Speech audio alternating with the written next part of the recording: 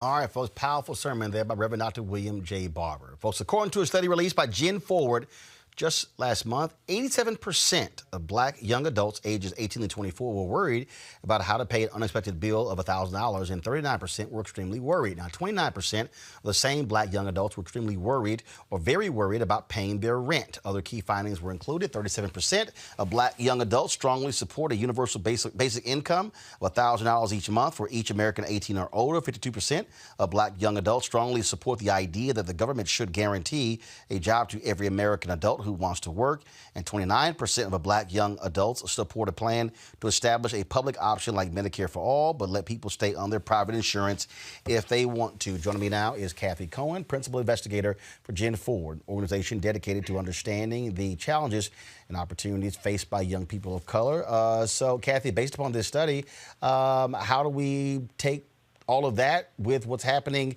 with the stimulus packages being passed by Congress?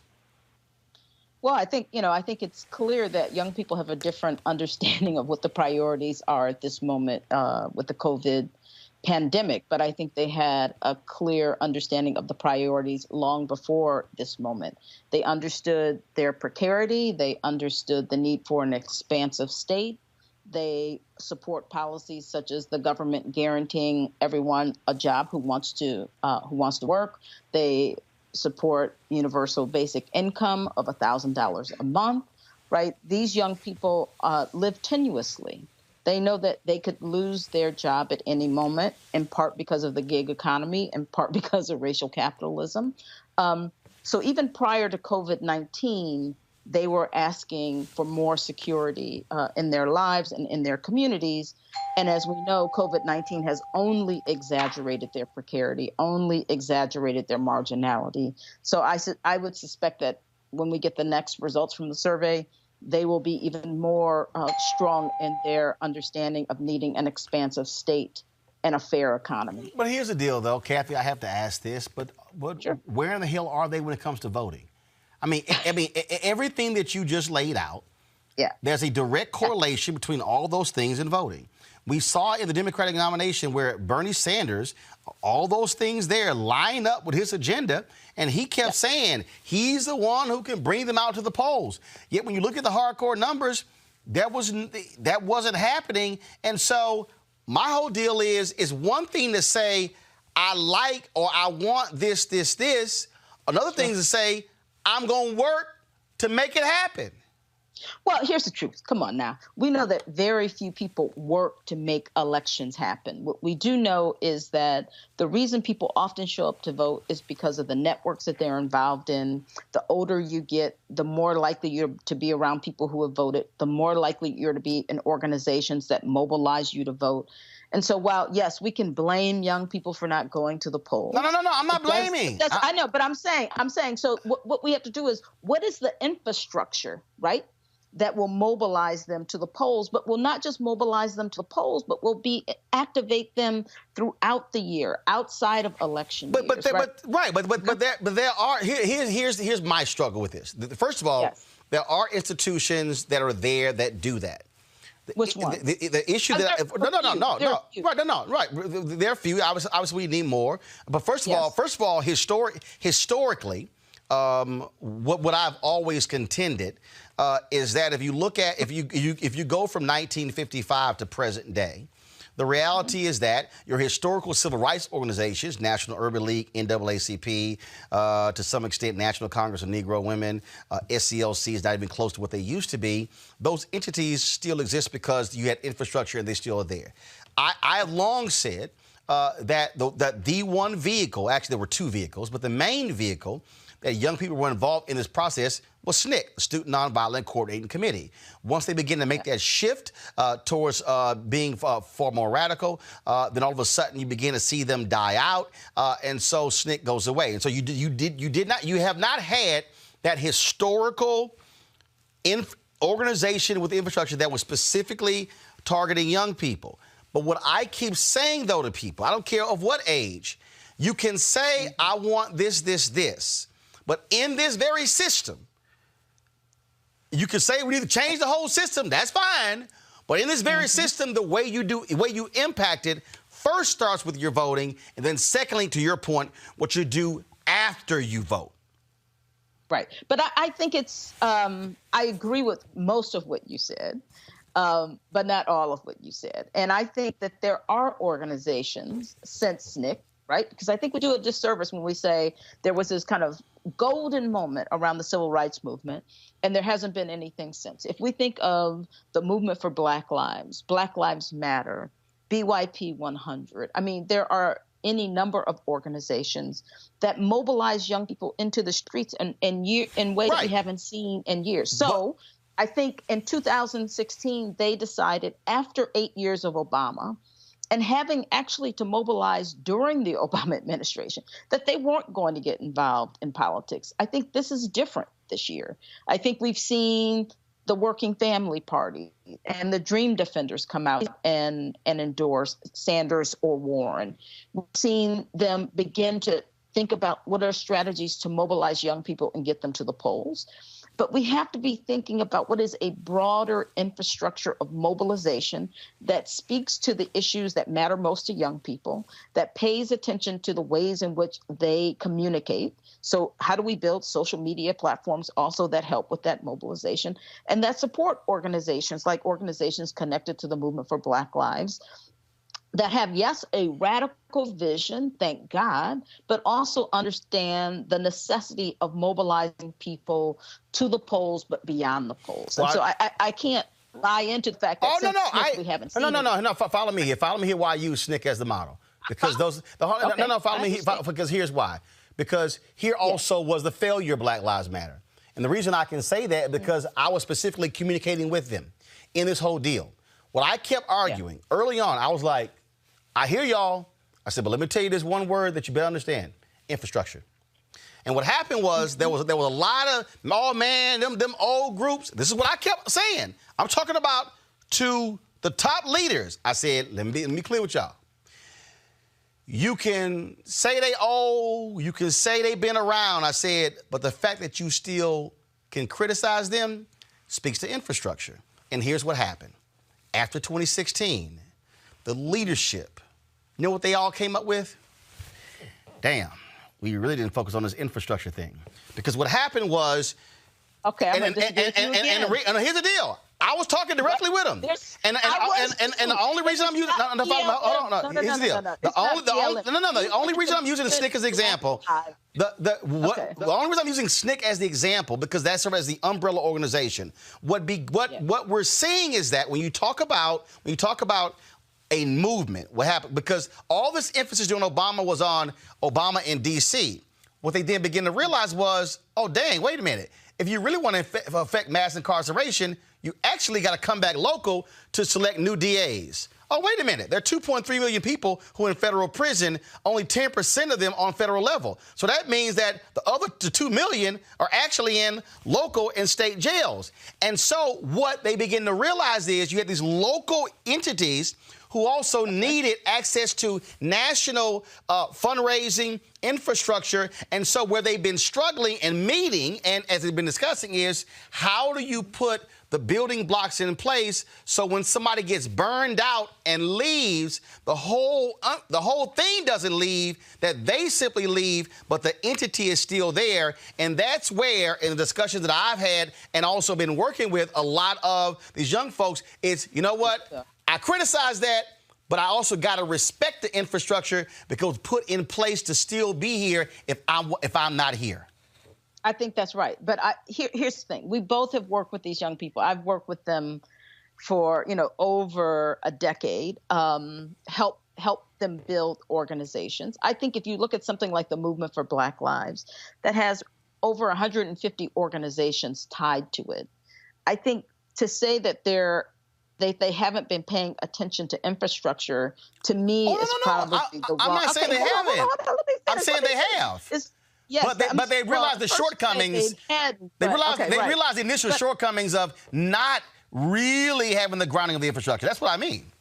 Right, but I think they have an infrastructure, but I think now they're pivoting back towards electoral work. I think in 2016, people were still in the streets. People, I've interviewed lots of young people, done studies on young Black people, And while they are very proud to have lived through the Obama years, they don't feel necessarily like that presidency transformed or significantly impacted Black communities at a material level, right? So I think now in 2020, they're paying attention and working around electoral issues. But let's be clear. In 2016, Kim Foxx was elected as the state prosecutor. She is a progressive prosecutor. And the reason she was elected in part was because of BYP 100, a local Black, well, it's not local, a national Black youth organization with radical and imaginative politics. So I want to be clear that part of the reason that we know the statistics about mass incarceration, that we have an abolitionist framework, that people are, in fact, electing progressive, if there is such a thing, progressive prosecutors, is because of young people who kind of helped us embrace that language, who built that infrastructure, who kind of sold that message and said, this is a different vision of the work we have to do around mass incarceration. Right. I mean, so all of that is to say is that in 2020, I think we have the potential to see them have an important impact on this election. Right. But here's the other concern. The other concern is that we now see all of these young people who support Sanders, but Sanders is not going to be the nominee of the Democratic Party. Right. So what will happen to young people in terms of turning out in 2020 in November? And the argument that I keep making to those very people is that there's no such thing as a perfect candidate. Candidates have to win. And here's the deal. If you don't turn out in mass numbers, your candidate's guaranteed not to win. And so when I look at all the numbers in this survey you're talking about here, the reality is, and I remember having this conversation again in 2016. You're right. It was a young sister at my radio show, and she called in and she was like, I just can't. I'm not going to vote for Hillary, and I'm not voting for Trump. So I'm just going to ignore national politics and just focus on my state. I said, really? I said, okay. I said, what are your top 4 issues in your state? She's in North Carolina. Of her top 4 issues, every single one of her issues traced directly to who was also in the White House. And as I'm walking this thing through, she went, okay, I had no idea. I said, right, this is what connecting the dots is important. I said, you can't divorce yourself from what's happening nationally and by saying I'm only focused on my state without realizing how they're tied. And to all these things that you just read off and that I just read off, what I've been saying for years, and again, as somebody whose parents who were in their 20s and 30s, worked with our civic club and worked campaigns and went door to door and made their 5 children do the exact same thing. I grew up with 2 parents who never went to college, but who understood that if we want new lights, new sewer system, new paved streets, a senior citizen center, a refurbished park, we're going to have to figure out, is that the city? Is it the county? Is it the state? Who do we go to? And so it's the work. And so what we do with this show is saying, hey, I don't care what your age is, you can sit and say, I want all that, but you got to make that thing happen. And politics, unfortunately, is the one thing that connects all of us and is the greatest way to actually make this change. But it don't happen if we don't register, and it don't happen if we don't vote, and then it don't happen after the election. We then don't organize to then make them do what they said they were going to do. And if our person, in the case you mentioned Sanders, even if our person loses, we're still constituents. But here's, and I know you got to go, but here's the issue. No, I ain't got to go, Cathy. This is my show. That's true. Go ahead. But if you're a young person, a young African-American person, and your vision is not just a street light, but an economy that is fair and equitable, so that your vision, what you want, is bigger than what Joe Biden can ever promise you and definitely ever deliver, right? That, I think, is what we have to begin to struggle with. That young people are not rejecting politics. They might be rejecting the limited nature of what electoral politics can deliver. Now, there are many of us who would say, yep, we've been there, done that. You got to kind of figure out how to kind of grab reform, not reforms, and build on that. But there is something, I would say, revolutionary and inspiring about young people who say, let's think about the systemic inequalities that structure Black people's lives and figure out, how do we attack that? How do we understand COVID-19 and its disproportionate impact on Black communities, and believe that Trump or Biden can rectify that without some attention to systemic inequalities? And I think that's what you see in part with young people, is an alienation for the limited response of this state and capitalism. And they want to say something better has to be on the horizon. And that's not going to happen by voting for my alderman. I live in Chicago, right?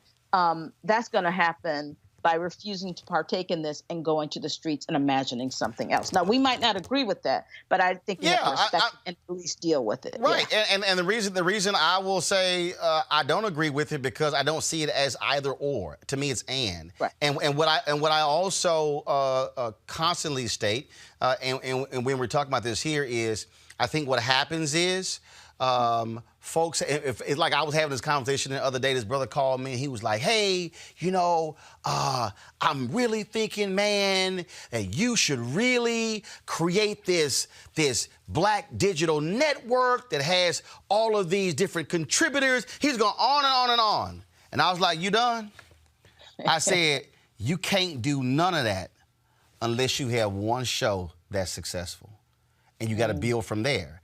And I think part of this issue is also that somebody could have this, I want to have this structural change of a system, but as Ella Baker said, when she said it's from the pew to the pulpit, not pulpit to pew, this thing ain't going to happen mass down to small. It actually goes from small up. But the argument has to be to every single thing in this survey is, you ain't getting none of that if you sitting on the couch. Right. I think that's true. And Ella Baker would say, strong people don't need strong leaders, right? Oh, absolutely. So that's right.